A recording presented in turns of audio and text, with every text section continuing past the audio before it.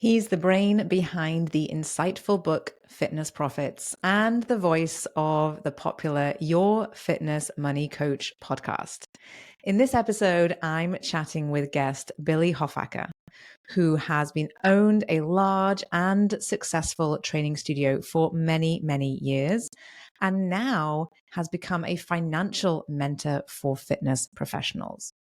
Billy's story is full of valuable lessons. So, whether you are just opening the doors to your studio or dreaming of taking it to the next level, this episode will inspire you to think a little differently. Well, hi there. I'm Seran Glanfield. I'm a business and marketing strategist just for boutique fitness studio owners like you. If you're ready to be inspired and make a bigger impact, you're in the right place. All you need are a few key strategies, the right mindset, and some support along the way. Join me as I share the real-life insights that will help you grow a sustainable and profitable studio. This is the Pilates Business Podcast. Welcome back to the Pilates Business Podcast. I'm Seran. I'm so glad that you're here with me today. I really love doing episodes like this where I get to chat with fellow folks from the industry and get to bring them into your world as well. And every now and again, I get the introduction to some really interesting people who've had some journeys that I feel are going to give you inspiration, but also a lot of insight into the different paths that we all take in our journey in the business world. And I'm joined today by Billy Hofacker, who is the owner and coach of Total Body Bootcamp and Performance Center. It's based in New York and was opened in 2014.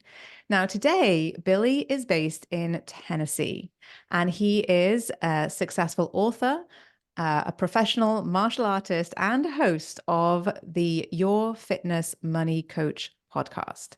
Now, we got to chatting all about the overlap between running a studio business while you're in it, growing it, and then perhaps leaving it for someone else to run from afar, and wearing all the hats. So I know this is going to be a fabulous conversation. I'm so glad that you're here with us, Billy. Thank you and welcome. I am super duper pumped. I couldn't sleep last night. I'm so excited. I will say, full disclosure, I've never done Pilates, but I want to. It's on my bucket list to do Pilates. Oh, it is the most humbling of I'm all the sure. exercises out there, I think. I believe it. I It believe was it. one of the reasons that got me, stuck on it in the beginning was I was big into, I did a lot of triathlons and long distance running and all those things. And I was like, yep, I'm going to take a Pilates class. I could probably do a little bit more of that type of movement. And that Mhm. first session, I was like, what just happened? That's cool. You never know. You never know what's going to happen when you try something. You try something new. I know. Yeah. So I was hooked. I was hooked from that very first session. So yes, I encourage you to give it a try. Awesome. I would love for you to share with us all a little bit about how you got started and your journey over the past few years and where you're at today. Yeah, absolutely. I've never done anything different. I've done different aspects of the business, but I don't know. I think it might be a little uncommon is that I've never had a quote unquote real job. I started off, I knew that I wanted to do something that involved the body, something that involved perhaps some science. I knew that I really enjoyed helping people. And I saw the difference that fitness made in my own life without going too in the weeds. I was kind of scrawny. I was athletic, but kind of scrawny. There was a little bit of bullying, I'll just say. And I had a deep desire to improve myself, to get stronger. And like a lot of people, I just saw the power of that, the confidence that came with it, the focus that came with it. So I didn't know exactly what. I thought maybe physical therapy. I even thought about medicine for a little while. And really at an early age, as soon as I was allowed, I think I had to be 18 years old to get certified. I probably signed up on my 18th birthday. I ended up getting certified. Thankfully, I was able to get a mentor, and he was the owner of a local gym. And I really never looked back. There, of course, has been lots of ups and downs, twists and turns along the way.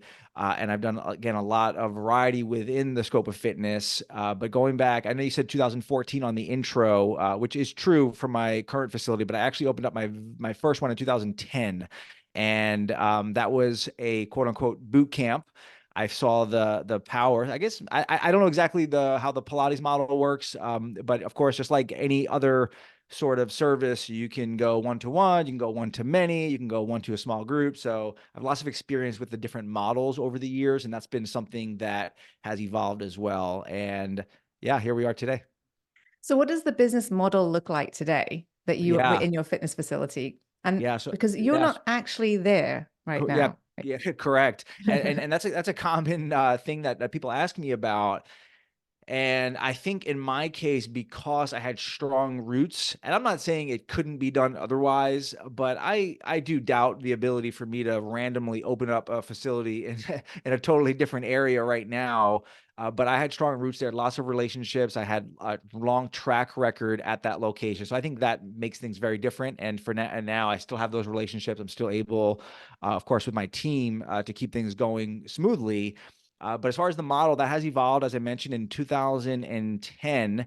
I mean, it all started because a few years prior to that, I have a passion, as you mentioned in the intro, of martial arts, and I was a professional martial artist, which just meant that I was competing, yes, but the professional side was more teaching. I was managing facilities, which the experience for sure helped me down the road. I was doing that. Things were going well. I had a pretty good setup. I was enjoying it, but I always had that itch to also work with people on the fitness side, helping different types of people, maybe people that weren't going to do Brazilian Jiu-Jitsu, which was my chosen martial art. So I had continued to do that. I was doing that on the side. Things got busier. I started getting, like we all do, more responsibility. I ended up not only meeting my future wife, but getting married shortly after. And we eventually wanted to start a family. So I did have to make some decisions in terms of where was I going to focus. I had gone back and forth. Was I going to be a lifelong professional martial artist? And that's not a bad thing. Or was I going to pursue this other passion? So I started doing both. I was doing both. I was doing it on the side, and things started going really well. That's before I kind of opened up my facility. I was subleasing at the time, because that's kind of something that I do recommend for people that really want to do anything big, eh, to take that small step. We Mhm. think sometimes that it's either yes or no, this or that. Sometimes it's like I can dabble just to see, and I've done that Mhm. in a lot of different areas. So that's what I did. I did a sublease, and it wasn't a major commitment. It wasn't something that would have ruined me had it not worked out. And right place, right time. And of course, I could take all the credit, but a lot of it was just the way it worked out. It really took off. It was really special. People were really enjoying it, referring people. That was large group. So we called it a boot camp. Right. And it was, one to many, and it was a really profitable model. It really served me well. The market was generally a younger crowd, and it was a great atmosphere.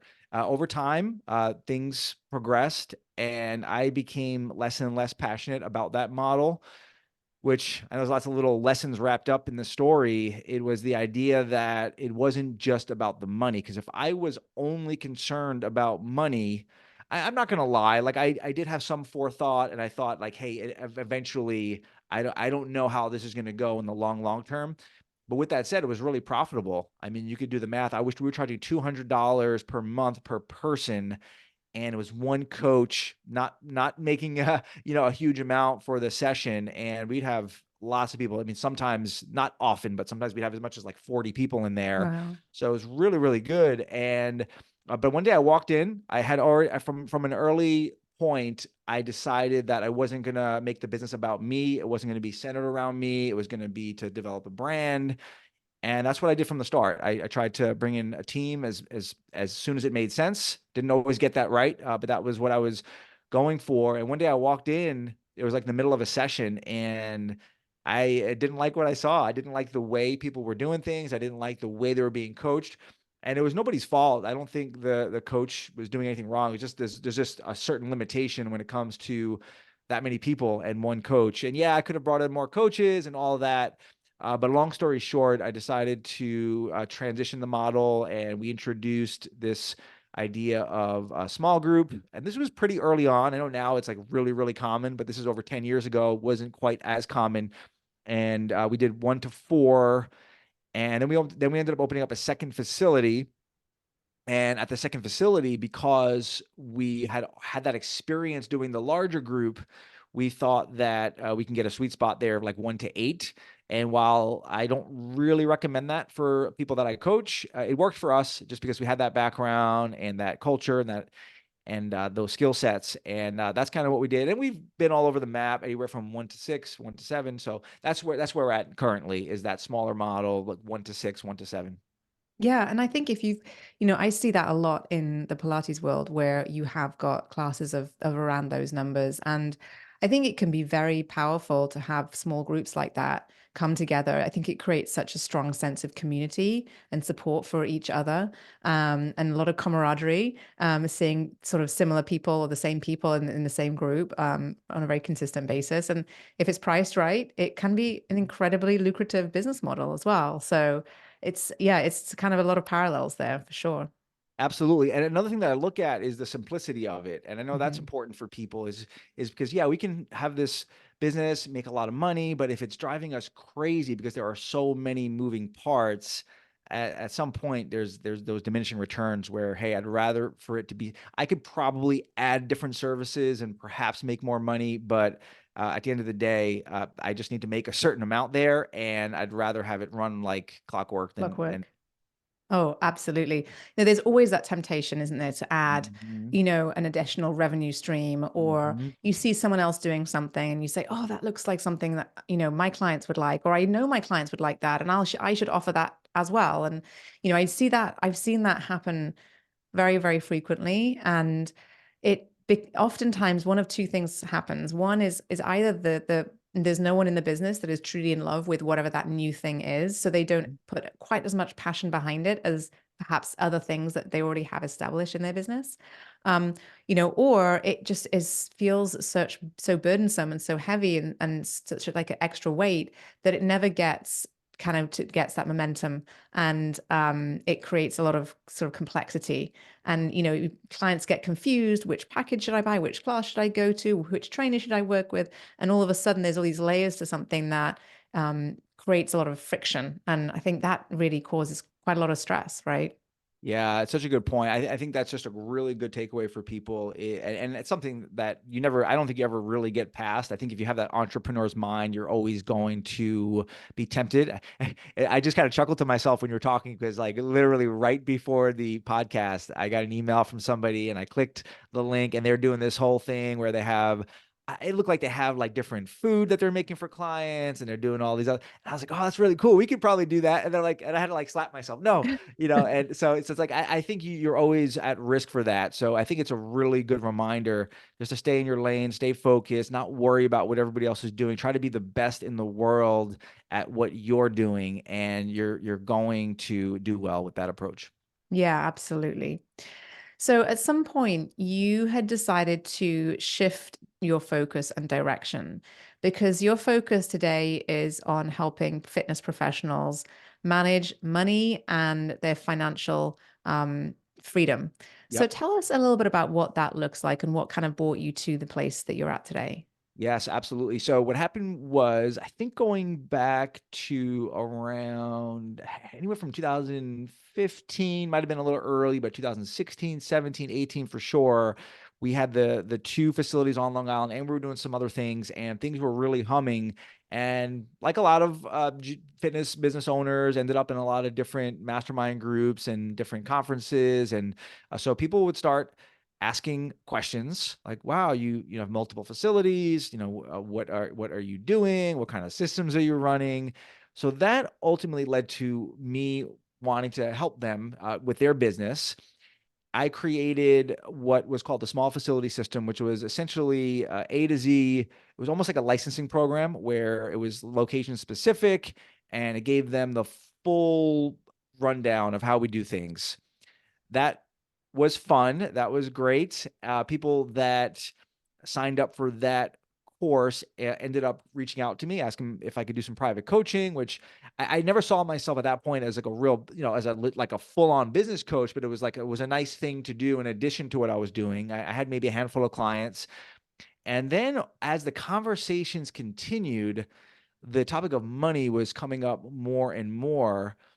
And Seran, I had this little secret. It wasn't really a secret that was intentional. I don't think, but I had this little secret that I had this completely life-changing moment when it came to my own finances.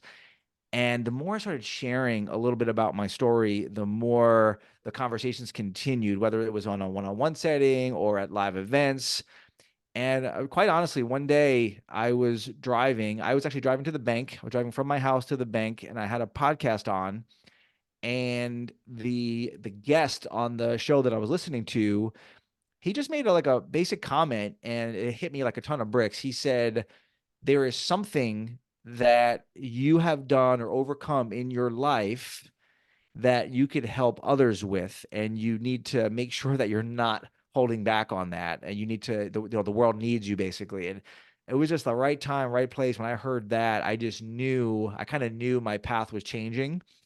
And that's how I started on that journey. That was right around COVID. It was after COVID. It was the summer of the COVID year, so it was 2020, and that's Mhm. when the Your Fitness Money Coach podcast started. And then I created an 8-week financial course for fitness professionals, and that also led to more coaching, and that's kind of where we are today. And then I ended up moving, and that's what happened this last year. Amazing. So now you're managing your fitness facility from Mhm. 1,000 miles away Mhm. and supporting fitness professionals to improve their relationship with money. Yeah, yeah, absolutely. Yeah. So what happened was, this was going back. It was all interesting. There's all these sort of intersections. So going back to, let's say it was right before all of this. So it was around 2010. And what's interesting was I could not that I would ever do this, but I could like lie, quote unquote, and say that, I had all this financial trouble in my business and I did all these amazing things. That's not exactly what happened, to be honest. The financial trouble I had was all prior to the business career that we just talked about. And in fact, that it was kind of like the opposite. Like, that financial journey actually helped me run a better business. What Right. happened was, it was 2010. I had, I'd been, again, a fitness professional, personal trainer for over 10 years. I was married to the one woman of my dreams. I was doing work that mattered. I was really getting to help people with their fitness. And one day, it's early in the morning. It was around 7 o'clock or in the morning, and I was getting ready for work. And we had at the time a high ranch house. I'm upstairs in the kitchen, and I hear a knock on the door, which was shocking that early in the morning.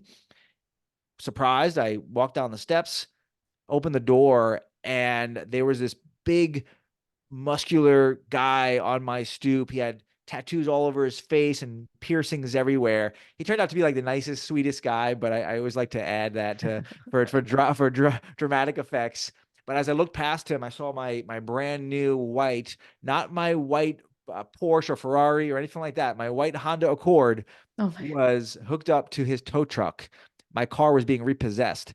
And that was what I call like my first financial awakening, where it was obviously a really difficult time. I was shocked, believe it or not. You would think that somebody in that position would kind of know it's coming. I didn't. My head was buried under the sand. I had swept all my problems under the rug, and here I was left with a pile of dirt. And I dug into things, and I discovered that my wife and I were $130,000 of non-mortgage debt that we had. It was up to our eyeballs. We couldn't talk about money without arguing. We were losing hope. And it was at that point that we started making a change. So this has a really happy ending, thankfully. After creating a plan, putting in place, the business was a good vehicle to help us, because one of the components to building wealth, getting some more freedom, is of course what you're bringing in. So that is important, but it's not the only thing. There are plenty of people that are bringing in a lot of revenue, don't have a lot to show for it, and they're not getting ahead financially. So again, after doing all those things, and 5 years, we were able to pay off the 130,000, and then this past year, we were able to pay off even more for a total of 470,000, which included the house and everything. And so through that journey, I learned quite a bit. And again, it wasn't Yeah. all straight uphill. There were definitely some ups and downs. But now I'm really passionate about helping people with just improving their lives, whether that's enjoying their career more, whether that's building some wealth, savings, getting out of debt, all of those things, improving the finances of their business, getting some clarity around what's coming in and what's going out, and helping them make sure that their dollars are going to a place that's going to benefit them. Right. Exactly. And I think that when it comes to, those sorts of conversations around money and making money and keeping money and spending money and investing money, um, I think everyone comes at it with a very different perspective. Hmm. And we don't often, I think, realize just how different all each of our relationships and perspective is around Hmm. money. And even people who have grown up under the same roof of the same house will have different spending habits, Hmm. right? And see money differently. And I think that, at some point, as a business owner, you kind of have to deal with whatever that Hmm. relationship with money looks like, because it is easy to ignore, because it's kind of it reflect you are doing a little bit of self-reflection.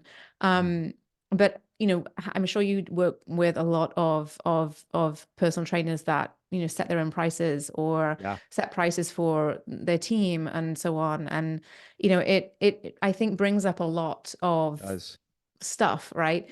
And so, if anyone is listening to this and feels like they're kind of like trying to figure something out, or they're perhaps just kind of not dealing with it, Yeah.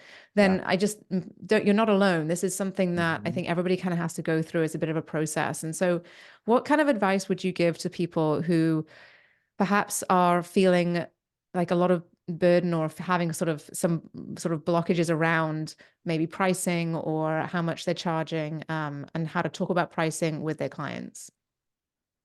What's interesting, based on what you're saying there, is it's kind of what I really like about, and I'm a little weird, of course, that I like talking about money, and I just find it so fascinating because it does touch on so many things.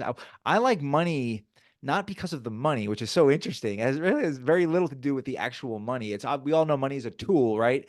But it's also like what it does for our relationships, like how I relate to my children about money, how I relate to my wife about money, how I relate to myself about money. This is kind of what you're saying. And those are the kinds of things that are transformative. And that's why it's so powerful. That's why in some ways, and I'm always going to be a fitness professional. I love fitness. I work out every day. It's a huge part of who I am. And I don't like to compare them because they're like comparing two babies. But there is something a little bit different about money where it just touches other areas. It's so emotional and it can be such Yeah. a powerful thing. But to answer your question about what can people do that are maybe struggling with maybe what they're worth or what they're charging, I will concur with what you said in that it's really important to know that you're not alone. We all do that. Like one of the things I do is I'll put my own assumptions onto other people, which is a mistake. And Hmm. that is like, hey, maybe I wouldn't pay for my training, right? Right. Maybe I'm just not my target market, or maybe I'm motivated to do it. So therefore somebody else. Meanwhile, here's a good takeaway. People get to decide how they want to spend their money, and we don't have to worry about it. Somebody might decide to buy a Lamborghini, and who are we to say that they should or they shouldn't? Is there a really good reason to buy one? Maybe for them there is, maybe I wouldn't, and that's okay, right? We're all different, and we get to decide that. I had a guy on my podcast yesterday where his average training client is paying $900 a month, and that's a lot of money for a lot of people, but he has a lot of clients paying it and they're happily paying it and they're staying for 6 years. So just knowing that their mindset is not your mindset. There are so many different factors that you may or may not know. They may have lots of wealth. They may have a really high income, and it's a really small percentage of their income compared to what we're thinking. I think you have to learn at some level how to coach yourself, how to recognize when you're having some of those, quote unquote, those unhealthy thought patterns of, I'm not worth it, or this person is not going to pay it. They're going to say no. It's like recognizing those and like labeling them for what they are, which are distortions, because we're Hmm. not mind readers. We don't know what's happening. We don't know what the other person's thinking. As again, some level, it's coaching yourself, and then really, really thinking about the facts. So what are the facts? So I've never done Pilates, as I mentioned, but what would I get out of that? Like, even for me, like I probably would get a really life-altering experience because it's something that's new to me. It's something that would be exciting. Like, how do I put a price tag on that? How much is that worth? What about the physical benefits? What about the fact that I'm going to become more flexible or mobile? I'm going to become stronger. I'm going to gain all these benefits. And then we can go even deeper. I'm going to become a better person because now I'm developing discipline. And now you can keep going, right? Now my Yeah, kids are going to be so better much. off. And Yeah. yeah, and how much is that worth? Is it worth $100? Is it worth $500? Like, how much is it worth? So really thinking through that as an exercise, and then looking at what are people willing to invest? And I can tell Mm. you that as a coach, they are willing to invest quite a bit more than we think. So doing all those exercises, really being your best coach, cheering yourself on, looking at the client results you're getting. Are people telling you that they feel better? I mean, we get routinely people saying, I've never stuck with a fitness program in my entire life. Now I'm 60 years old and I've come for the last 2 years. Like, that's powerful. How much is that worth? That person may avoid some pretty bad diseases. They have a better quality of life. So it's kind of just keeping those things front and center, perhaps before you're going to do a consultation or you're in a sales scenario. It's thinking about those things, thinking about the benefits that you provide, thinking about your training. Okay, maybe you have a certification, maybe you're training under Seran, or whatever it is that you're doing. Those things are valuable, and you deserve to be compensated for that. You deserve to be paid as a professional. Yeah, absolutely. I think I always say to my studio owners that I work with that other people's bank balances are none of our business. Yeah, exactly. We should not, it's not our business how they spend it or what they spend it on at all.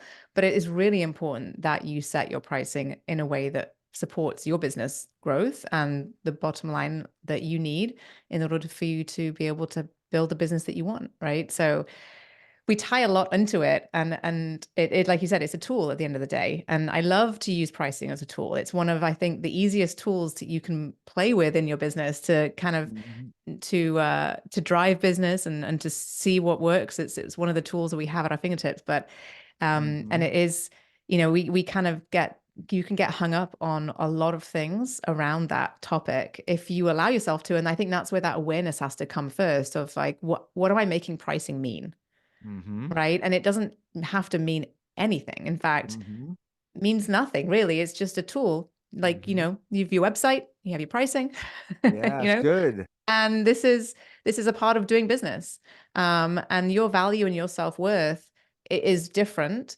And that is also different to the value that you deliver in your business, right? Mhm. So we kind of like to kind of put all it in one basket and like put it all Mhm. together and clump it together, but it's all these different things really. And I think the awareness of that is the first step. And like you said, then being able to self-coach yourself when you realize you're in that situation, you're having some thoughts that are perhaps holding you back or might not be constructive, I should say, Mhm. then that's a great skill to be able to have, right? Really great Mhm. skill. It is. It's such a good topic, because, like you're saying, people, they will pay. I think about it as I'm getting older. It's like, what's the money for? Right. Like, like if it's not worth to spend money on my health and the quality of my life, like, what else am I doing with it? I mean, at the end of the day, like, how many things are more important than that? Totally. And I think there's more and more we are seeing a shift in the same direction amongst Mhm. the general population Mhm. seeing the need to invest in their health and fitness and Mhm. their emotional health and mental health as well. Mhm. And I think that, we're seeing more and more conversations around, not just fitness and, we're shift, the whole, all the, I mean, I very, very rarely have conversations with friends of mine outside the industry or friends of mine inside the industry on fat loss or weight loss Yeah, these days, good. unless someone is in a very extreme situation with their Hmm. health. It is more focused on health, wellness, well-being, movement Hmm. practices, and not calorie counting, or Hmm. things that kind of have come and been Hmm. very present in our industry for such a long time. But the focus increasingly is on overall longevity, wellness, well-being, and health and happiness. And all of those things kind of fit together. And we're Hmm. seeing that not just with sort of the people who are perhaps thought leaders in the industry, but with having these conversations with people across the board in different parts of the world, different parts of the country, different demographics, different interests. um, so that is certainly something that we're seeing, and I think that's only a good thing for everybody. Yeah, it's good to think about in terms of messaging, right? Like what kind of things are you maybe posting on social media? What kind of things, again, depending on your clientele, right? But if they're like most people, they are thinking that way now. So the more you can angle things that way, maybe you're sharing stories about it, maybe you're talking about those benefits, that might resonate more with your potential client. So it's really is a powerful thing. Absolutely, absolutely. So tell us a little bit about where people can learn a bit more about what you do and find you online. Very cool. Yeah. So I am trying to be a little more active with, we talked about this offline, right? We're not like these huge social media people, but we're trying to get a little more active on there. So you can definitely connect with me on Instagram. I'd love to connect. I do have my own podcast, as you mentioned, Your Fitness Money Coach podcast. And other than that, I will say that I am one of my big goals for the year is to do more writing. So I'm sending almost a daily newsletter. So I'd love for if anyone's interested to get on that, just reach out to me and I can either add you or I also am more than happy to share the book that you mentioned, digital copy, and that'll give them the book, but then also get them on my list just to kind of keep up with what I'm doing. Yeah, and your book is Fitness Profits. Yes, Fitness Profits, a simple plan for achieving financial freedom. Awesome. Awesome. Awesome. Awesome. I will add all of the links to all of the things in the show notes. I want to thank you so much, Billy, for joining us here today and for I'm sharing your story and your insights. Well, I can't thank you enough for having me on and exposing me to the audience. And I love the work that you're doing. The Somebody so real and genuine and doing great work. Awesome. Awesome. Thank you so much. I know that our paths will cross again soon, and this is a topic and that we will keep coming back to because there's always more work to be done. Always more work to be done. So thank you. Awesome. I hope this was helpful to you as you go about building your boutique fitness studio business. If you loved what you heard today, I'd be so appreciative if you could go and take a quick minute and go to wherever you're listening to rate and review this podcast. It really would mean so much to me and would help to get it out there into our community of amazing studio owners and teachers just like you so that they can feel encouraged and supported on their journey in our industry.